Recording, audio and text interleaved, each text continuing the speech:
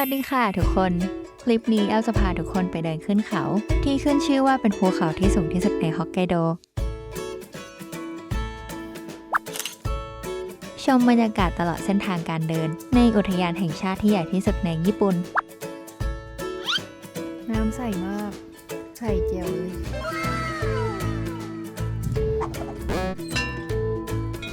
ใครที่อยากเดินป่าปีนเขาครั้งแรกแบบง่ายๆตามแอลมากันได้เลย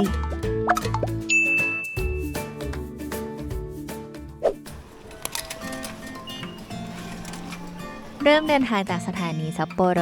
แอลใช้พาสซัปโปโรฟูรานโนแอเรียพาสที่บอกไปใน EP 1 ครั้งนี้แอลนั่งรถไฟด่วนแบบจองที่นั่งไปลงที่สถานีอาซาฮิกาวะก็จะมีรถไฟหลายสายแล้วแต่รอบเวลาที่เราจะเลือกไปใช้เวลาเดินทางประมาณ1 ชั่วโมง 40 นาทีอันนี้เราถือเสบียงมากินด้วยระหว่างนั่งไประหว่างทางไปเริ่มเห็นวิวทิวทัศน์ที่เปลี่ยนไปจากในเมืองเป็นภูเขากับทุ่งหญ้าเห็นใบไม้เปลี่ยนสีได้ฟีลดีมากๆ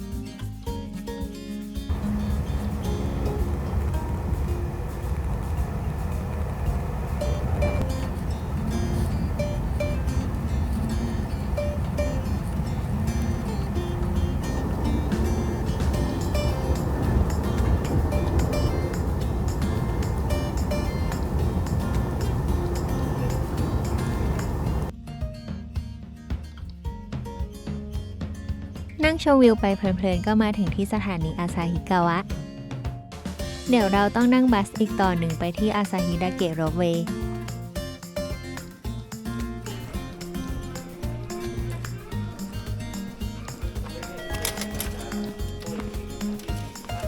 เดี๋ยวเดินไปนั่งรถบัสหน้าสถานีจะอยู่ด้านหน้าสถานี JR อาซาฮิกาวะเลย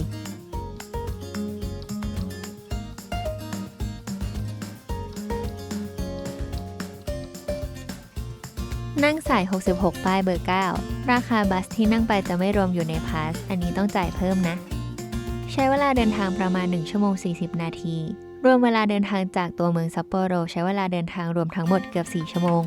จะมีรอบรถ3 เที่ยวต่อวันเท่านั้นครั้งนี้แอลมาแบบไปเช้าเย็นกลับก็เลยต้องมาเช้าหน่อย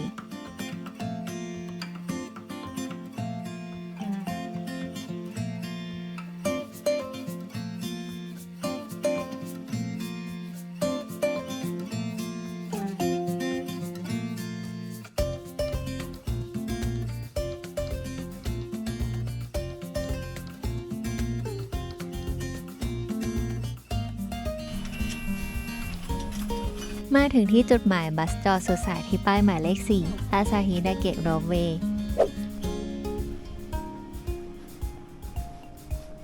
เข้ามาด้านในจะเป็นสถานีต้นทางของรถกระเช้าลอยฟ้าที่จะนั่งขึ้นไปบนเขาเดี๋ยวเราไปซื้อตั๋วที่ชั้น 2 ของสถานีราคาตั๋วจะแตกต่างกันตามฤดูกาลปกติช่วงเดือนที่ 11 ถึงเดือนที่ 5 ราคาจะถูกกว่าช่วงฤดูกาลท่องเที่ยวช่วงเดือนที่ 6 ถึงเดือนที่ 10 ช่วงที่เอามาเป็นช่วงเดือนตุลาคมอันนี้ซื้อตั๋วแบบ round trip ราคาคนละ 3,500 เยนรอบสุดท้ายของกระเช้าขาลงเป็นเวลา 5 โมงเย็นจะมีป้ายรอบเวลาขึ้นลงบอกที่สถานีนะทุกคนสามารถเข้าไปดูภาพวิดีโอแบบเรียลไทม์บนภูเขาอาซาฮิดาเกะในเว็บไซต์หลักได้เลยเพราะจะมีวันที่รถกระเช้าหยุดให้บริการเนื่องจากสภาพอากาศไม่ดีมีอัปเดตทุกวันจะได้มาไม่เสียเที่ยวกันนะที่สถานีฐานกับสถานียอดเขาจะมีร้านอาหารฟาสต์ฟู้ดเล็กๆแล้วก็ร้านขายของที่ระลึกด้วย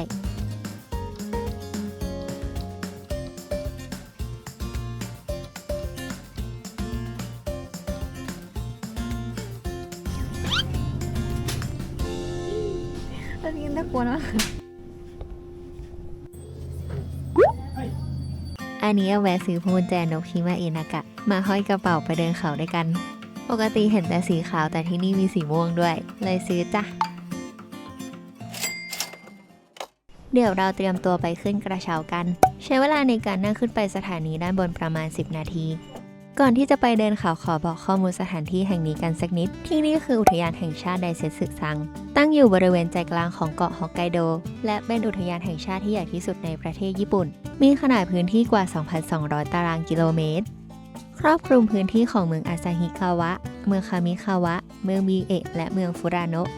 และได้รับการขนานนามว่าเป็นหลังคาแห่งฮอกไกโดเพ ราะเป็นที่ตั้งของเทือกเขาสูงหลายลูกและมียอดเขาที่สูงที่สุดในฮอกไกโดอย่างภูเขาอาซาฮิดาเกะที่เรากำลังจะไปเดินอยู่นี่เอง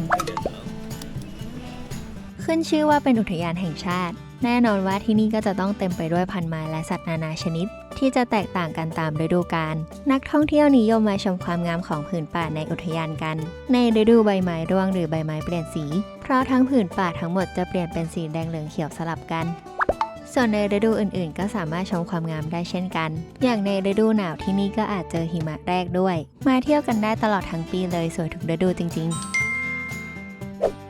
นอกจากนี้ในอุทยานยังมีหมู่บ้านออนเซ็นน้ำตกอีกหลายที่แล้วก็ภูเขาอีกหลายลูกใหญ่มากๆช่วงที่เอามาเป็นช่วงฤดูใบไม้ร่วงคือเอาตั้งใจมาดูใบไม้แดงเลยแต่ว่ามันเริ่มร่วงไปหมดแล้วเมื่อไม่กี่วันก่อนคลาดกันนิดเดียวเสียดายจัง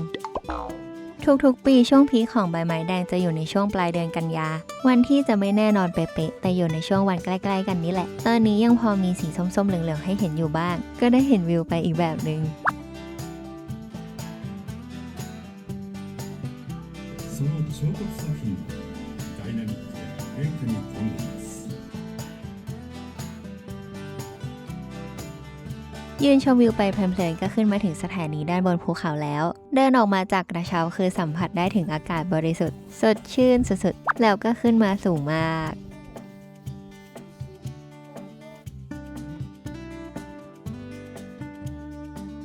วันที่เอามาคือเหมือนฝนจะตกด้วยท้องฟ้าเลยไม่ค่อยแจ่มเท่าไหร่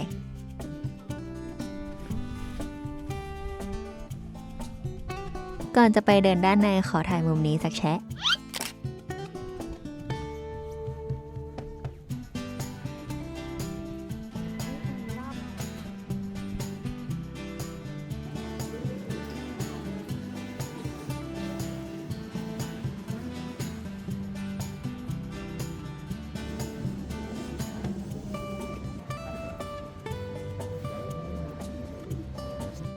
เข้ามาในสถานีด้านบนมีร้านขายของกับคาเฟ่เล็กๆให้เติมเสบียงก่อนไปเดินด้วย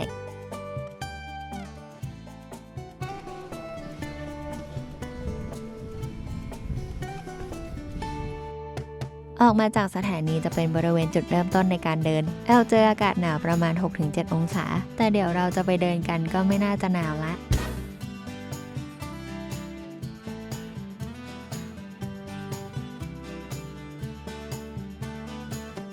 เส้นทางเดินชมธรรมชาติยอดเขาอาซาฮิดาเกะจะมีหลายเส้นทางด้วยกันสำหรับนักเดินป่าทุกระดับทั้งแบบเทรคกิ้งและไฮกิ้งครั้งนี้เป็นการเดินป่าครั้งแรกของแอลจะเป็นการเดินแบบไฮกิ้งเป็นเส้นทางเดินศึกษาธรรมชาติเหมาะกับมือใหม่หรือใครที่อยากเดินเก็บบรรยากาศแล้วก็ไปเช้าเย็นกลับแบบแอลโอเคเราไปเริ่มเดินกันเลยดีกว่าอันนี้จะเป็นแผนที่เส้นทางการเดินไปกลับระยะทาง 1.7 กิโลเมตรใช้เวลาเดินประมาณ 1-2 ชั่วโมงเราจะเริ่มเดินจากสถานีสุกาตามิไปทางด้านซ้ายไปที่จุดชมวิวทั้ง 5 จุดและจุดแลนด์มาร์คบึงสุกาตามิที่มีฉากหลังเป็นภูเขาอาซาฮิดาเกะเจอกลุ่มทัศนศึกษาของแก๊งเด็กๆหมวกแดงแปลกใจเหมือนกันว่ามาเดินสถานที่นี้ด้วยเด็กๆเก่งมากน่ารัก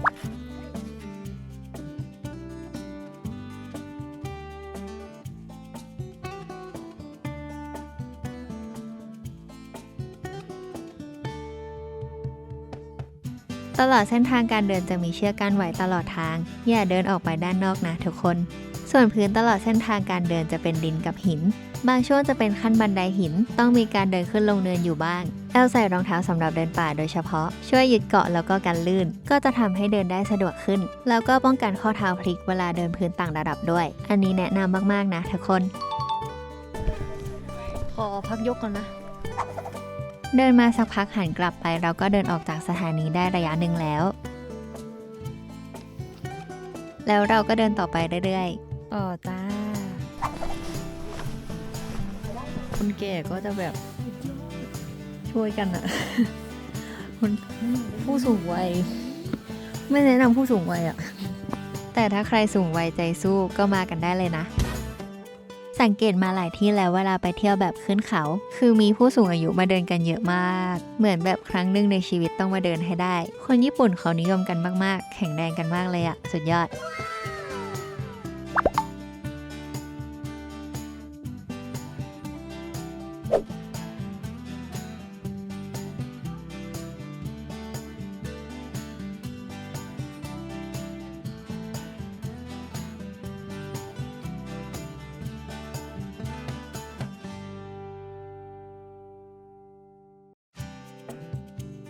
เดินมาถึงจุดชมวิวจุดแรก ต้องเดินขึ้นบันไดหินไปด้านบน มีโต๊ะมานั่งให้นั่งพักชมวิวด้วย เดี๋ยวเราแวะถ่ายรูปแล้วเดินไปจุดต่อไป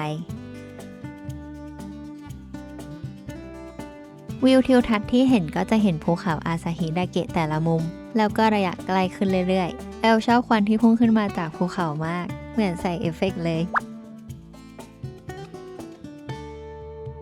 สวยมาก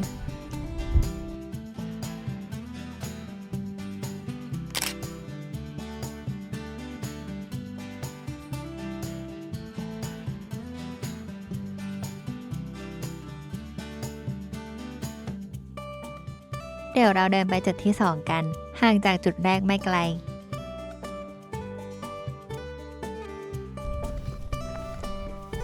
แล้วเขาเดินมาด้านนี้ค่ะ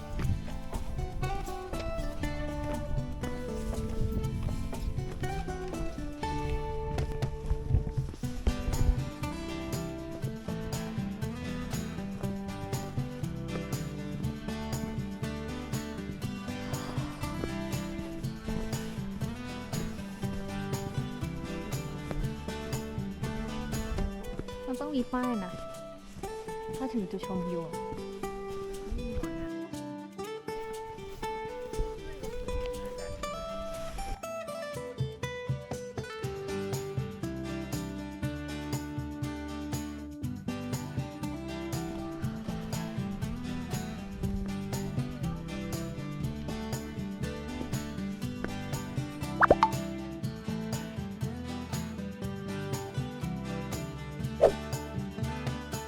จุดที่ 2 กับจุดที่ 3 จะอยู่ติดกัน ข้างหน้าจะเป็นบึงในตำนาน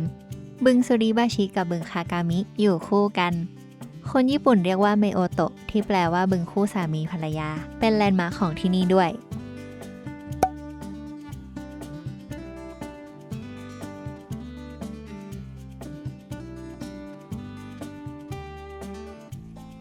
เขาบอกกันว่าถ้าสังเกตดีๆ จะเห็นว่าบึงมีรูปทรงคล้ายรูปหัวใจ ทุกคนอย่าลืมมาถ่ายรูปเป็นที่ระลึกที่จุดนี้กันนะ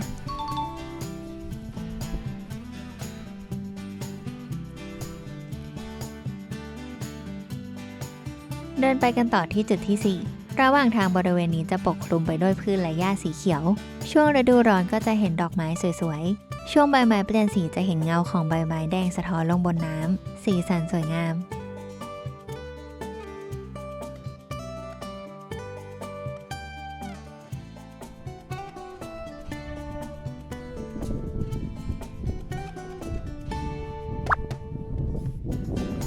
สองพรเลยค่ะ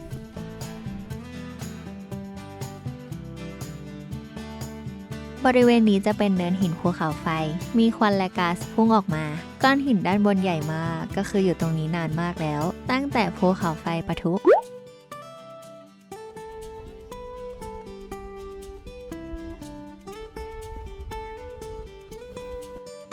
ใกล้เดินมาถึงจุดที่ 4 ตรงนี้จะมีสเต็ปเดินขึ้นด้านบนเยอะหน่อย ขออภัยมุมเสยด้านหลังมาณที่นี้ เดินขึ้นลงตลอดทางเป็นระยะทางดูไม่ไกลแต่แอบหอบอยู่นะ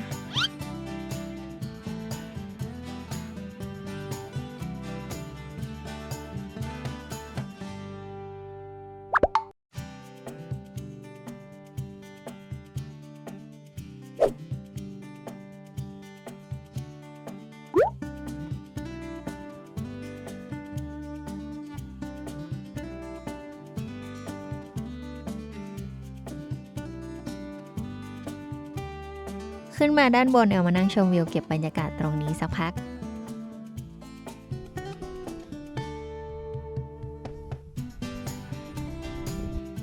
มีป้ายบอกสัตว์ต่างๆ ที่สามารถเจอได้บริเวณนี้ด้วย อ๋อ แล้วน้องจะไปอยู่ตรงไหนอ่ะ มันดูไม่ใช่ที่อยู่อ่ะ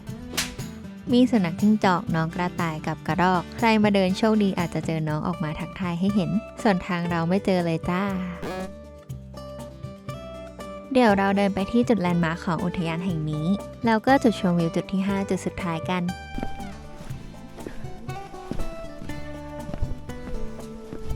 ไม่เห็นนอนสัตว์สักตัวเลย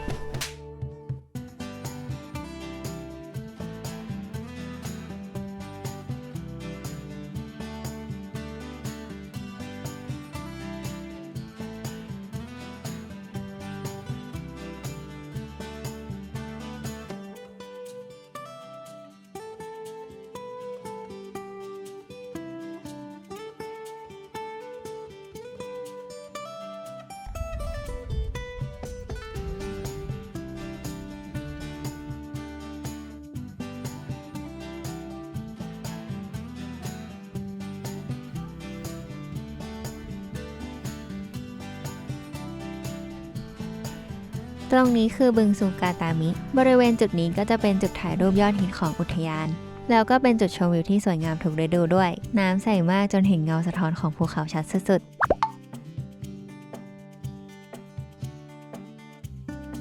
น้ำใสมาก ใสแจ๋วเลย โอ้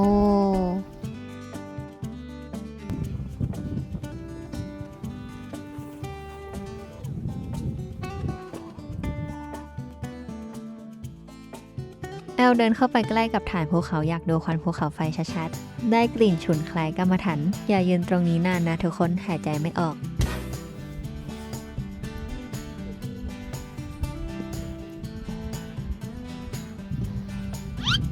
ถึงแล้ว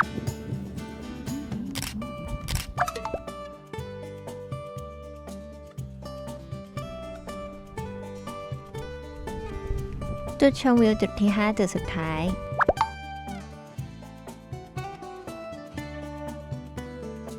จุดนี้จะเป็นที่ตั้งของระฆังไอโนะคานิก็ต้องไปสั่นระฆังสักหน่อยให้ดูว่ามาที่นี่แล้วนะจ๊ะ แล้วคือดึงอยู่นานเสียงไม่ออก มีน้องเด็กผู้หญิงมาสอนด้วย ตรงนี้ก็จะมีบ้านหินใช้เป็นที่หลบภัยฉุกเฉินหากเกิดภูเขาไฟปะทุ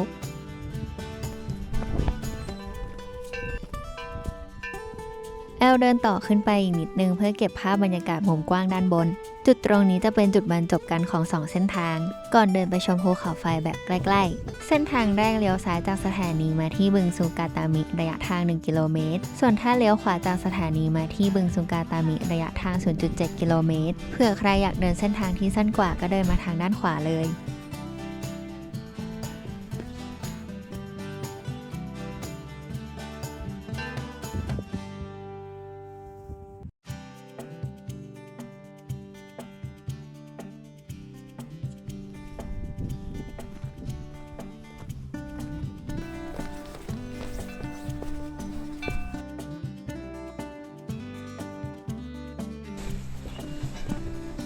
หลังจากนี้จะเป็นเส้นทางเดินกลับไปที่สถานีซูกาตามิ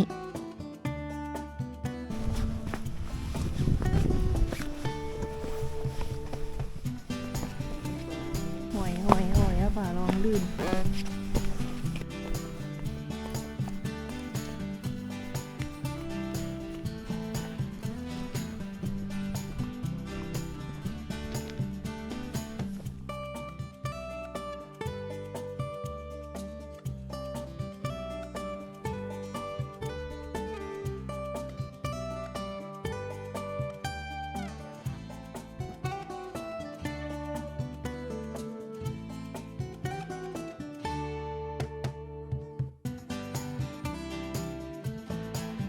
แอลเดินครบทั้งเส้นทาง 1.7 กิโลเมตร เดินมาถึงแบบสภาพสู้ตายจ้า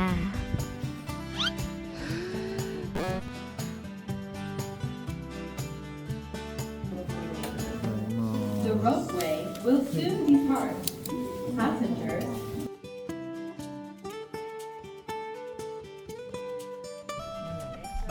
เดี๋ยวเรานั่งกระเช้ากลับลงไปที่สถานีด้านล่าง ก็ได้ชมวิวอีกรอบหนึ่งฟินๆ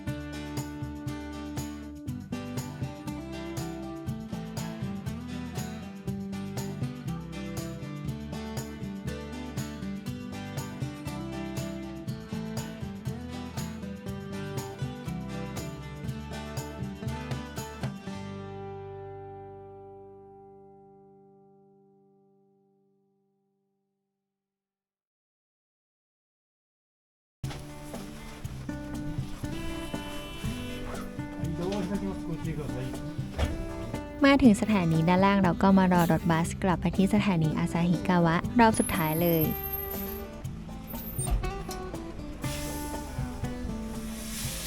石川空港経由旭川市内行きです。整理券をお進めください。最後のご利用の方は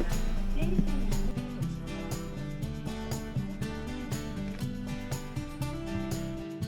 ส สำหรับใครที่เป็นสายธรรมชาติชอบเดินป่าปีนเขา ต้องมาเยือนที่อุทยานแห่งชาติที่ใหญ่ที่สุดในญี่ปุ่นกันสักครั้งนะ ส่วนใครที่อยากมาเดินป่าแบบไม่เหนื่อยมากหรือมาเดินเป็นครั้งแรกก็เหมาะมากๆ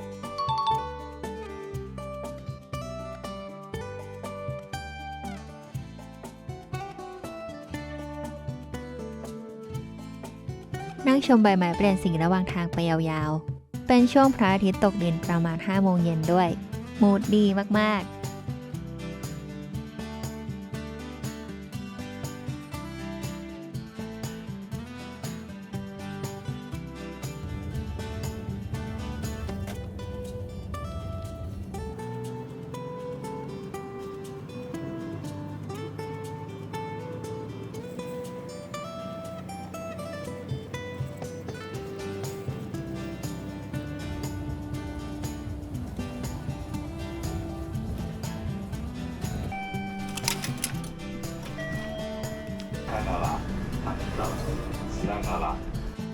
ถึงสถานีอาซาฮิกาวะ นั่งรถไฟกลับสถานีซัปโปโรแบบยมๆ บาย